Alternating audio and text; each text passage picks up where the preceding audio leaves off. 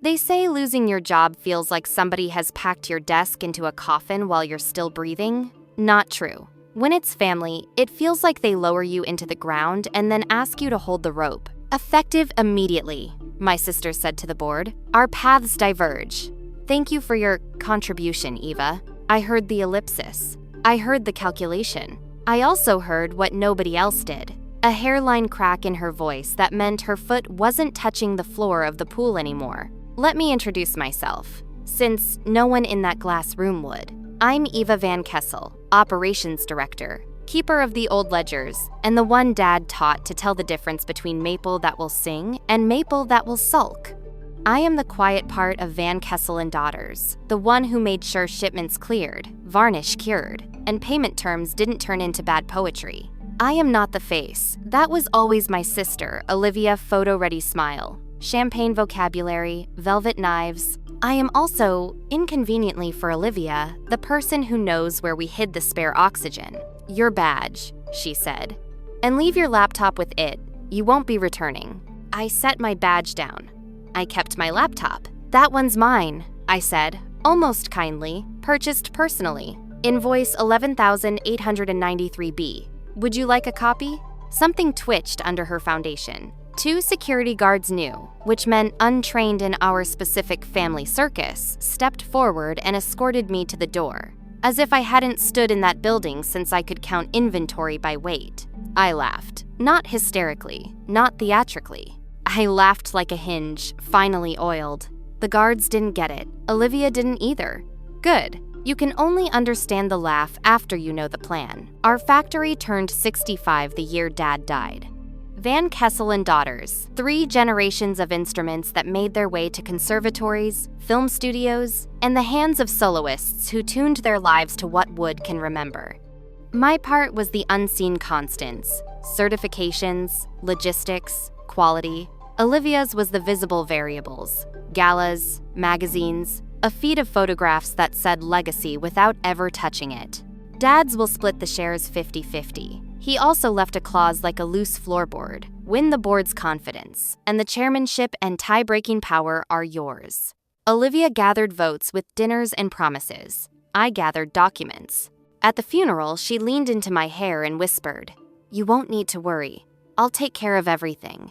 She did. She took care of a predatory loan dressed as an opportunity, a branding firm that used the word authenticity like a curse, a marketing agency paid to activate tastemakers who did not, in fact, exist. I took care of something else, a cord I could yank when arrogance mistook itself for authority. I called it the cord, not a hack, not a virus, just a polite series of triggers. If certain safety certificates renewed without a valid signatory, an automated alert would hit our 3 biggest clients. If the loan with Asterion Capital was extended without a board vote, an automatic notice would copy the judge supervising Dad's estate. If a director was terminated without a stated, carefully reasoned business interest, our D&O insurer would receive a request for a coverage review. Neatness kills messes. It doesn't break rules. It makes them ring. So when Olivia fired me with a smile calibrated to look like mercy, I pressed a button and let neatness flood the building. By noon, the insurer wrote, "We've received a signal that the board may be violating D&O terms. Coverage limited pending review." Directors who swagger under shields tend to discover their knees when those shields disappear. At 12:41, the lender wrote, "We understand there has been a change in management. Per our covenants, we are revising interest and requiring enhanced reporting." Translated, your cash just got a fever. At 13:08, our German buyer emailed in immaculate English. "We rely on your certificates. Please confirm their validity." No certificate, no shipment. No shipment, no cash. No cash, no crown. I pictured Olivia in the boardroom, the rain ticking the glass roof like a metronome set to humiliation. I pictured the oldest commissioner, Van Meer, tapping his pen exactly once before asking the question that sinks ships. "Why did you remove the one person who knew where the switches were?" That's when I went to Dad's second office, a cafe with a scarred wooden table and coffee that tastes like debt and breakfast at the same time. A journalist named Boss sat there, waiting. He's not the celebrity kind. He's the kind that makes spreadsheets confess. "Is it done?" he asked. She fired me, I said. Then we can begin, he answered, and opened his notebook like a priest opening a hymnal. Here's the thing about revenge. The best version looks like due diligence. I didn't want a scandal. I wanted a sequence. Boss and I had been ready for months. I handed him the documents I swore I'd only use if she treated the factory like a mood board. Invoices from the marketing agency Olivia hired, full fees for campaigns that never happened. A creative proposal to rename us VKD, as if you'd call Rembrandt Rem because it's easier to type, and an advisory fee paid by us, received by surprise Olivia's boyfriend. Publishing this will crack a lot of glass, Boss said. Let it rain, I said. I brought towels. At 7 the next morning, his piece went live. Family manufacturer loses director. Insurer limits cover. Lender tightens grip. Questions raised over marketing spend. No venom, just oxygen. Oxygen feeds fires. Olivia called 7 times. I didn't pick up. She texted. You did this. I replied. No, you did. I turned the lights on. You're humiliating the family. You aimed first. We need to talk. With the board and a notary. Go to hell, Eva. Already took a tour. You were on the brochure. By lunchtime, Asterion sent a man named Mensing, who wore his suit like a threat you can hang. He arrived with a smooth valise and smoother phrases. Temporary stabilization, short-term control, bridge capital. Every promise had tetanus on its teeth. Van Meer asked, "What about our family values?" Mensing smiled. Values are stories. Value is math. I almost felt sorry for Olivia then. Almost. She had wanted a crown and instead got a calculator with fangs. At 17:45, our probate lawyer called me not Olivia, Miss Van Kessel. The court wishes to discuss potential freezing of executive authority due to possible breach of your father's conditions. And it'd still end a very love. I sat in the cafe with the scarred table and let myself laugh again, softer now. You don't laugh at drowning. You laugh at the moment you realize the water was never deep. The person just forgot to stand. Revenge has 2 sides, the public and the private. The public side was math and notices and signatures that stopped working when my employment did. The private side had a single syllable, Noor. Head of HR. My friend, since the day Dad let me hire someone who could convert policy into protection. Noor can whisper and fight. She sent me a message. Plan C is alive. But Olivia has a new move. She's calling a shareholders meeting without the commissioners. She wants to push Asterion's stabilization package through by show of hands. That package is a guillotine, I replied. It's also happening at 9 p.m., she wrote back, and she's locked you out of the building. I didn't need the building. I needed a mirror. Dad once told me, when you can't stop a bad play, make the audience see the strings. So I sent a single email to every craftsperson on the floor, CCing the commissioners. Statement of legacy for today's meeting. It wasn't angry. It was a list of what matters. The spruce from Fiume Valley, the varnish recipe we don't write down, the 34 families whose rent is paid by hands that sand in rhythm. I attached photographs. The small boy who came with his mother every Friday to pick up her paycheck. The 5th-generation bow maker who brings cake on birthdays. A wall of signed recital programs that turns our corridor into a hymn. No one could vote against that without learning their own name in a way they wouldn't like. At 20:57, as I stood on the sidewalk in the rain with my cardboard box of props, Noor messaged, "You should be here." This is the first time I've seen Olivia look small. Describe it, I said. She gave her speech, Noor wrote. She tried to sell the rescue like a yacht. Then the contractors and luthiers started walking in from the factory floor. She didn't invite them. Someone forwarded your letter. And? I asked. They took seats at the back, Noor said. Grease on cuffs, sawdust on sleeves. Van Meer gave them the floor. One by one, they said what would happen if VKD became a brand instead of a workshop. Not angry, just final. What did Olivia do? She asked for a vote anyway. Noor wrote, hands went up, then went down, then didn't go up again. The meeting broke at 21:34. The Asterion man left with the unbroken briefcase that had nothing inside it but Plan Bs. Olivia didn't come out until the room was empty. She saw me through the glass. Maybe she thought about calling. Maybe she thought about being kind. Maybe she thought about Dad. She turned away. Good. Revenge doesn't need an audience. It needs an archive. I slept for exactly 2 hours. When I woke, I opened a folder I had labeled inheritance. Not money, not legal. Something meaner. Memory. Olivia and I had never been enemies at first. As girls, we sawed the same scrap wood. We learned to varnish on violas nobody would ever buy. We made each other uglier versions of ourselves, and then spent our 20s trying to repair that. The break came the year she discovered the camera loves a person more than the person loves anyone. The year she told Dad his caution was old-fashioned, and I saw him swallow the ache like a stone. The year she learned that people mistake charm for competence until the bill arrives. I scrolled past photos of us in sawdust summers and went straight to the message I was looking for. A memo, the one she'd sent to the branding firm 3 weeks after Dad's funeral. We need to separate the product from the myth. The myth is old men and violins. The product is whatever finance will fund. If we can't make the clients change, we'll change the clients. She had CC'd her boyfriend. His reply, Asterion can get you there if you make the numbers malleable. Malleable. Like heat-softened plastic. Like ethics on a humid day.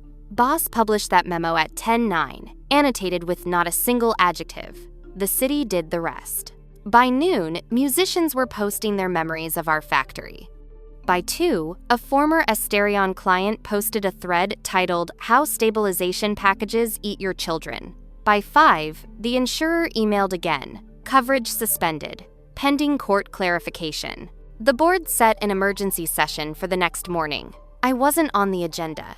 I didn't need to be. At 19:03, Noor called me from a payphone. I didn't know we still had those. She has a last move, Noor said. She asked me to meet her without you. She wants me to backdate your termination with due cause, so the insurance reinstates. She's offering to double my salary. What did you say? I said I needed advice from HR, Noor replied, deadpan. Then she inhaled. She's meeting someone tonight. Not Mensing. Someone above him. I saw the name on her calendar. R. Sloan. That's Asterion's deadliest smile. What time? 10. Pier 11. Private room. Thank you, I said. Wear comfortable shoes. For what? For running, I said, and ended the call. Piers at night are where cities keep their secrets from themselves.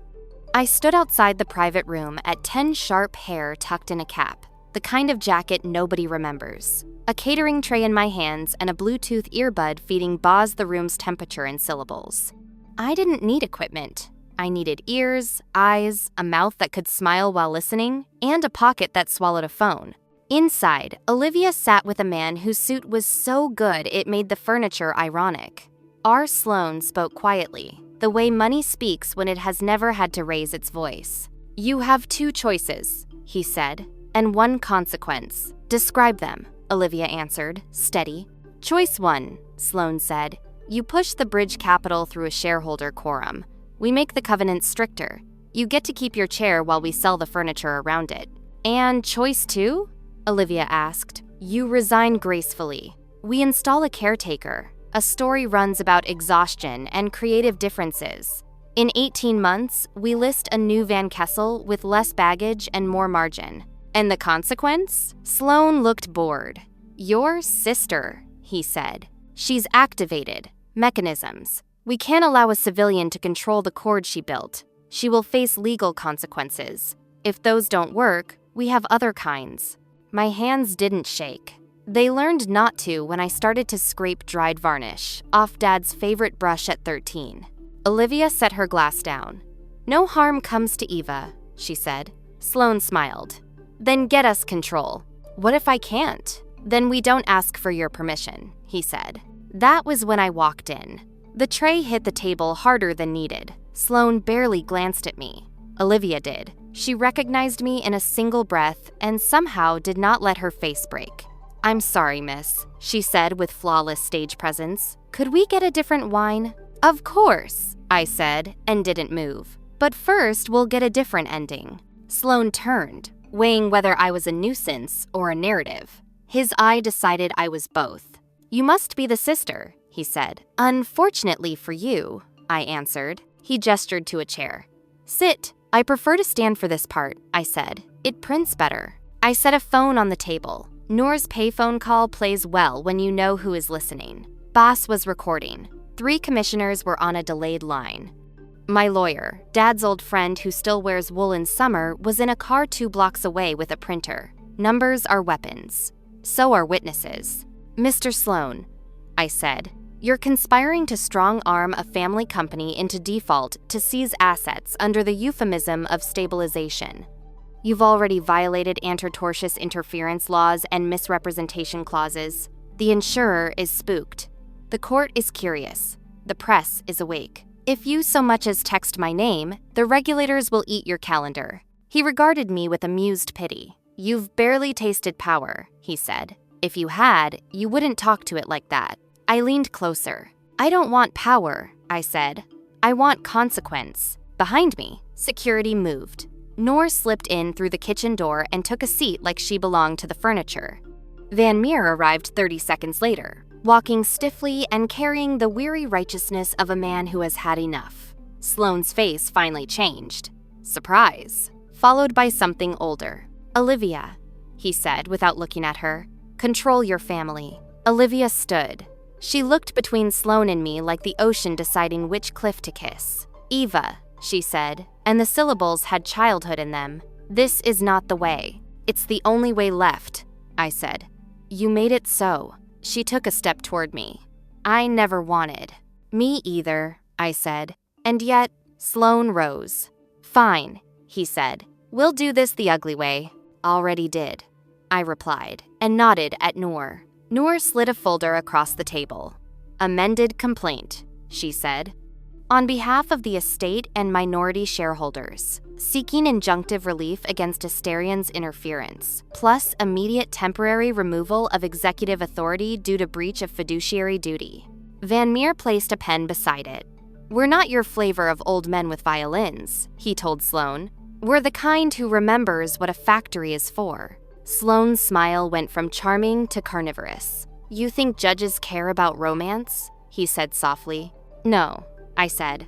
They care about paper. Boss stepped in from the hall. He didn't introduce himself. He didn't need to. Sloane's eyes traveled from the phone on the table to the notebook in Boss's hand to the way we were all improbably aligned. Your father would be disappointed in both of you, Sloane said. Dad taught us to pick the right enemy, I replied. Thank you for volunteering. Sloane left with the kind of grace people practice in mirrors. Outside, the rain made the pier honest again. Olivia and I stood facing each other, Noor between us. Van Meer watching like a doctor in a room with too much history and not enough oxygen. You could have told me, Olivia whispered. You could have kept me, I said. I wanted the company to be bigger, she said. You wanted the company to be louder, I corrected. Different disease. She closed her eyes. When she opened them, she wasn't a CEO. She was my sister at 13, caught lying about practice and daring me to love her anyway. What now? She asked. Now we go to court, I said. Now you step aside. Now we rebuild. And I will do it whether you help or not. And us? She asked. Us is the part without a plan, I said. She nodded. A small, broken thing. Dad would have hated this. Dad hated varnish bubbles, I said. He taught us to pop them. Court moves slowly until it doesn't. The judge froze Asterian's covenants and Olivia's unilateral authority for 14 days pending a hearing. The insurer reinstated partial cover under supervision. The German buyer paused, not canceled. The Japanese buyer sent cake. Boss kept publishing facts like little knives. Sloane sent an associate to threaten and then apologize and then threaten again. We learned to ignore the weather and keep shoveling. Noor slept on my couch. Olivia refused to sleep at all. On the 5th day, the factory's main dryer failed. It felt orchestrated. Maybe it was. The part would take a week time we didn't have. I rolled up my sleeves and taught a new kid named Fareed how to nurse a temperamental machine the way you coax an old dog into one more winter.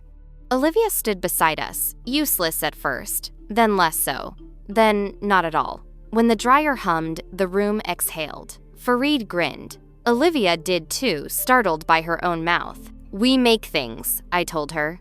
That's the point. She nodded and didn't look away. That night, she came to my apartment with a folder. Her hands shook only a little. I called Sloane. she said.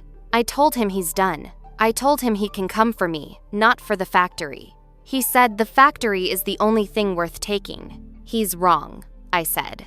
I know, she whispered. I didn't. She handed me the folder. Contracts, emails. The memo she'd written to the branding firm, she had printed it out and written across it in ink. I am sorry. I need you to lead, she said. I'll resign. You can be CEO. Keep the title, I said.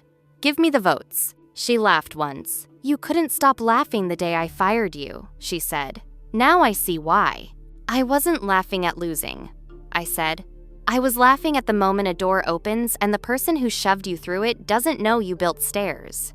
We signed papers. Noor witnessed. Van Meer brought bad coffee and good advice. The judge converted the temporary freeze into a formal reorganization. Olivia stepped back to a ceremonial role, while the board appointed an interim executive committee, me, Noor, and an outside turnaround specialist who spoke quietly and touched nothing until he understood it.